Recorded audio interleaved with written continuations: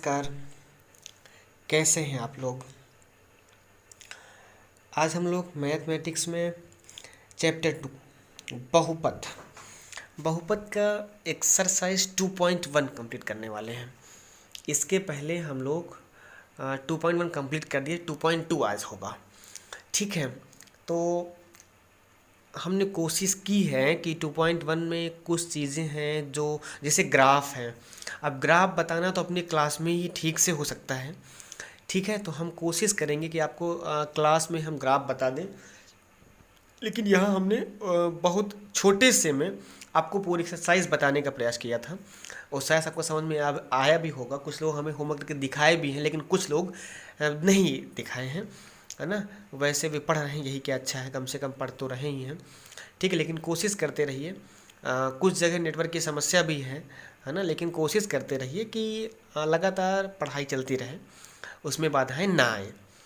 तो चैप्टर 2 का बहुपद का एक्सरसाइज 2.2 हम लोग आज पढ़ने वाले हैं। तो बात है बहुपद के शून्यकों और गुणांकों के बीच संबंध की। बहुपद के शून्यकों और गुणांकों के बीच संबंध में अगर हम पहले फार्मूले की बात करें तो हमारा जो पहला फार्मूला होता है वो ये है।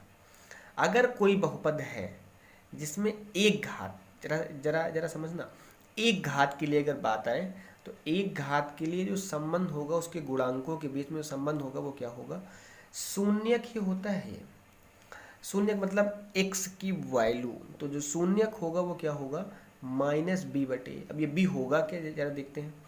जो ये b होगा वो अचर पद होगा। क्या होगा, देखिए इसमें अचर पद है, यानी इसके साथ कोई भी x नहीं, x या y नहीं है। और ये नीचे क्या होगा, a जो होगा वो क्या होगा, x का गुणांक होगा, यानी x के बगल में जो भी होगा वो क्या होगा, नीचे होगा। इस तरह से हम एक शून्यक निकाल सकते हैं। ठीक है, चलिए हम आगे आते हैं इसके बाद वाले पे। तो इसके बाद जो है द्विघात, अगर कोई द्विघात बहुपद के शून्यकों एवं गुणांकों के बीच संबंध की बात करें तो अगर कोई बहुपद द्विघाती है तो उसमें हम दो मूल, अगर देखो एक सिंपल सी बात बताएं सबको हम, अगर कोई बहुपद द्विघाती है तो उसके दो मूल होंगे, अगर वो तीन घाती है तो उसके तीन मूल होंगे, चार घाती है तो चार मूल होंगे, और अगर 100 घाती है तो 100 मूल होंगे। इसी तरह ये देखिए कितने घाती है, दो घाती। दो घाती कैसे कह दिया आपने दो घाती है, क्योंकि इस की जो सबसे बड़ी घात है वो कितनी है, दो है। इसमें सबसे बड़ी घात कितनी है, दो है। जितनी बड़ी घात होती है, जो सबसे बड़ी घात होती है उस बहुपद की वही घात कहलाती है। ये हम घात वाली बात पहले चैप्टर में कर चुके हैं, है ना। आप सबको मालूम ही होगा, घात वाली बात हम पहले चैप्टर में बता चुके हैं। तो यहाँ पर हमें सिर्फ बताना है कि क्या संबंध हो, गुणांकों के बीच में क्या संबंध होता है। तो अल्फा और बीटा दो इसके मूल हैं। अब मूल कह दो या शून्य कह दो आप। अब शून्य कहो क्या चीज़ है, वही x की वैल्यू, सिंपल सी बात। x के मान जो होते हैं वही आपके शून्यक होते हैं या वही आपके मूल होते हैं। ठीक है, आप इसमें तो देखो शून्यकों का योग क्या होता है, शून्यकों का योग मतलब मूलों का योग। अगर योग मतलब ये मूल है आपके तो इनको योग करो, जोड़ दो इनको, तो फार्मूला क्या होगा, -b/a। -b का मतलब हुआ कि देखो माइनस माइनस तो ही है, और b क्या है मालूम है, b क्या है, देखो यक्स का गुणांक, यक्स के गुणा में है ना b, जो भी गुणा में होगा, जरा देखना, जैसे यक्स के गुणांक कितना है, b है, तो गुणांक गुणांक गुणा का अंक, तो देखिए जो b हुआ वो x का गुणा का अंक है, मतलब x का गुणांक है। और जो a है ना, ये क्या है, x² के गुणा का अंक है, तो x² का गुणांक हो गया। तो a देखो नीचे a है ना, तो मतलब ये क्या है, x² के गुणांक का अंक है, मतलब x² गुणांक है। तो हम क्या कह सकते हैं कि जो फार्मूला होता है, क्या होता है, जो फार्मूला है वो क्या होगा, -x का गुणांक बटे x² का गुणांक। शून्यकों का अगर योग कहा जाए तो फार्मूला क्या होगा, -b/a कहो आप, क्या कहो, -b/a कहो आप, या फिर आप क्या कह दो, -x का गुणांक बटे x² का गुणांक। हो गया फार्मूला।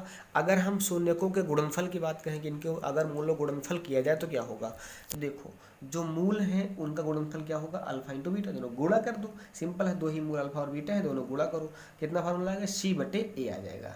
नहीं आएगा c/a, अरे कैसे नहीं आएगा, c/a बिल्कुल आएगा। इस तो देखो सी क्या है, सी अचर पद, जिसके साथ x नहीं है वो अचर पद होगा। देखो सी के साथ x है क्या, नहीं है, इसलिए सी क्या होगा, अचर पद। देखो क्या लिखा हमने, अचर पद, क्योंकि सी है तो सी अचर पद होगा। और ए क्या है, ए देखो कहाँ है, एक्स स्क्वायर के बगल में है, तो गुणा में है ना, तो लिखेंगे एक्स स्क्वायर के गुणा का अंक, मतलब एक्स स्क्वायर का गुणांक है, तो एक ये क्या है, एक्स स्क्वायर का क्या है, गुणांक है। ये क्या है, एक्स स्क्वायर का क्या है, गुणांक है। इसलिए हम बात करते हैं कि ये क्या है, एक्स स्क्वायर का गुणांक है। चलिए यार ठीक है, ये क्या है, एक्स स्क्वायर का गुणांक है, सबको दिखता होगा है ना, फंक्शन यहाँ से हट नहीं रहा है, तो ठीक है, एक्स स्क्वायर क्या हो गया, गुणांक हो गया। अब हम बात करते हैं तीन घाती, किसकी बात करते हैं, त्रिन घाती की बात करते हैं। आइए देखिए, तीन घाती का हम एक फार्मूला जल्दी से देख ले रहे हैं, ठीक है। देखो, अरे देखो ये तीन घाती का फार्मूला कैसे आया। त्रिघात बहुपद के शून्यकों एवं गुणांकों के बीच संबंध की अगर बात करें, देखिए इसका इक्वेशन क्या होगा। पहले तीन घाती का इक्वेशन देख लेते हैं, इसका मानक रूप कैसे, स्टैंडर्ड फॉर्म में कैसे लिखते हैं इसको हम त्रिघाती बहुपद को। देखिए ये बहुपद क्या हुआ, x cube plus b x square plus c x plus d, ये क्या है, आपका बहुपद है। नहीं है कैसे नहीं, बहुपद तो है ही है। देखिए इसके जो है ये तीन मूल हो गए, अल्फा और बीटा, तो आप लिखोगे a x cube plus b x square plus c x plus d के मूल अल्फा बीटा व गामा है, मान लीजिए, यहाँ माना कर दोगे, माना, ठीक है। लिखो नई लाइन से, बढ़िया, ये अल्फा बीटा है, देखिए हम लिख दिए, बढ़िया, अल्फा बीटा गामा, ठीक है ना। इसके बाद अब बात आई, अब जो फार्मूला बनेगा वो क्या बनेगा, इनको अब देखो तुम लिखोगे, यहाँ हमने लिखा नहीं ना, बहुत जल्दी के लिए नहीं लिखा है, लेकिन हमको लिख के बता दे रहे हैं यहाँ पे हम, आप तुरंत लिखोगे, कॉपी कलम लेके बैठा करो, ठीक है, जो आपको इम्पोर्टेंट लगे तुरंत छापा करो, तुरंत जल्दी से छाप लिया करो, ठीक है ना। आओ देखते हैं, तो जैसे यहाँ पे जो ये लग रहा, ये क्या है, alpha plus beta plus gamma, ये मूल है, और देखो सब में क्या है, योग हुआ है, मतलब मूलों का योग है, तो क्या लिखोगे, मूलों का योग, सॉरी मूलों का योग, मूलों का योग, ठीक है, मूलों का योग। तो मूलों का योग क्या होगा, alpha plus beta plus gamma बराबर माइनस बी अपान ए हुआ, क्या हुआ, माइनस बी अपान ए हुआ। तो माइनस बी अपान ए मतलब बराबर करके आप लिखोगे माइनस, अरे माइनस और बराबर माइनस, और बी क्या है मालूम है ना, बी है एक्स स्क्वायर का गुणांक, तो क्या लिखो, एक्स स्क्वायर का गुणांक, एक्स स्क्वायर का गुणांक बटे ए क्या है मालूम है, ए एक्स क्यूब के गुणा का अंक, मतलब एक्स क्यूब का गुणांक, क्या लिखेंगे, एक्स क्यूब का गुणांक। अच्छा, अभी तक आप लोगों ने एक बात तो गेस की होगी कि जितना यहाँ होता है उससे कम घात यहाँ पर होती है, नहीं होती है, लगभग इतना ही होता है, ठीक है। तो आप सब लोग शायद इतना तो जान ही चुके होंगे, जो हर में होती है उसके कम घात यहाँ पर होती है, ठीक है। अब आपको याद करने में हेल्प हो गई होगी, मतलब ट्रिक, दिमाग में कोई चीज़ रखनी है तो उसे ट्रिक से, टेक्निक से रखनी है। हम मैथ वाले हैं, हमें टेक्निक सीखनी है, कोई चीज़ रटना थोड़ा ना, टेक्निक रखनी है, टेक्निक से कोई चीज़ सीखनी है। चलिए आगे चलते हैं। अब जब बात करते हैं हम गुणनफल में, अब देखिए ये जो है मूलों का गुणनफल है, लेकिन सभी मूलों गुणनफल नहीं है, दो दो मूलों गुणते हैं, क्या लिखोगे, दो दो मूलों का गुणनफल, दो दो मूलों का गुणनफल, मूलों का नहीं है, मूलों का गुणनफल टोटली ये है, ये दो दो मूलों को, देखिए दो दो मूल है, यहाँ दो मूल, यहाँ दो मूल, तो दो दो मूलों का योगफल, गुणनफल नहीं योगफल, दो दो मूलों का योगफल, है ना। ये ऐसे करना, एक मिनट ऐसे करना कि बस इतना लिखना सब आप सिर्फ, कि दो दो मूलों के गुणनफलों का योग, ठीक है, बढ़िया रहेगा वाला, दो दो मूलों के गुणनफलों का योग, alpha beta plus beta gamma plus gamma alpha, ये हुआ, ये क्या होता है, सी अपान है। अब देखो सी अपान है, ये नया आया थोड़ा सा ना, तो सी अपान है, सी क्या है, आप देखते हैं सी क्या है, सी है यक्स के गुणांक, तो क्या लिखोगे, यक्स का गुणांक और बटे ए क्या है, एक्स क्यूब का गुणांक, तो क्या लिखोगे एक्स क्यूब का गुणांक। अब बात आई अचर पद की, सिंपल बात रही फरी। अब बात आई, अब वो वाली बात, क्या आई बात, मूलों का गुणनफल, तीनों मूलों का गुणनफल, तीनों जो मूल रहे उनका टोटली गुणनफल क्या होगा, देखिए माइनस का डी अपान alpha beta gamma, alpha into beta into gamma, तीन मूल है अल्फा बीटा गामा, क्योंकि तीन घाती समय इसलिए तीन मूल होंगे। तो क्या हुआ, माइनस डी अपान डी क्या है, अचर पद, तो क्या लोग बराबर क्या लोग अचर पद। अच्छा आप लोगों ने देखा होगा लास्ट में जो गुणनफल आता है वो अचर पद में ऊपर होता है, ऊपर क्या होता है अचर पद होता है। तो अचर पद और बटे सबसे हाईएस्ट वाली, देखो ए क्या है, एक्स क्यूब का गुणांक है, तो सबसे हाईएस्ट, सबसे जो उच्च पावर होती है उसका गुणांक, तो क्या लिखोगे आप, एक्स क्यूब का गुणांक लिख दोगे ना, हिंदी आप कर लोगे, माइनस डी क्या है, अचर पद बटे एक्स क्यूब का गुणांक। तो ये रहे आपके फार्मूले। इतने फार्मूलों से ये आपकी एक्सरसाइज लगभग क्लियर हो जाएगी। आइए कुछ एक आधे हम आप सबको क्वेश्चन बता देते हैं, ठीक है, कोशिश करते हैं आपको क्वेश्चन कुछ करवाने का। देखिए जैसे कि एक क्वेश्चन है, ये रहा आपका क्वेश्चन, देखते हैं क्वेश्चन। द्विघात बहुपद x square plus 7x plus 10 के शून्य ज्ञात कीजिए और शून्यकों तथा गुणांकों के बीच के संबंध की सत्यता की जांच कीजिए। पहला क्वेश्चन आपकी बुक का है, ठीक है, मतलब बुक के फर्स्ट नंबर से स्टार्ट होंगे, इसी के हेल्प से आप सबके पूरे एग्जाम्पल खत्म हो जाएंगे। बहुत ध्यान से समझ लेना इसको। देखिए जो ये बात रही कि उदाहरण ना, तो इसमें जो ये हमारा जो बहुपद है वो क्या है, ये है एक्स स्क्वायर प्लस 7x और प्लस 10 है। अब जब हम बात करते हैं इसकी, तो एक्स स्क्वायर, अच्छा इसके फैक्टर करने आपको आते हैं ना, अगर आपको फैक्टर करना आता है तो कोई दिक्कत आपको हो ही नहीं सकती, ठीक है, क्योंकि फैक्टर ये है, जैसे देखो x square plus 7x plus 10 है, बताओ फैक्टर कैसे करोगे आप, सबको फैक्टर हम पढ़ा चुके हैं। 10 एकन्नम 10, गुणा करने पर 10 आएगा, जोड़ने पे कितना है 7 है। देखो यहाँ पे देखो 10 है, एक यहाँ गुणा कर, मान लो एक बगल में, इसके बगल में एक्स स्क्वायर के बगल में 10 एकन्नम 10 प्लस है, तो जोड़ने पर कितना है 7 है, तो 5 दूनी 10 और 5 प्लस 2 7। देखो भाई यहाँ पे देखो वही हुआ ना।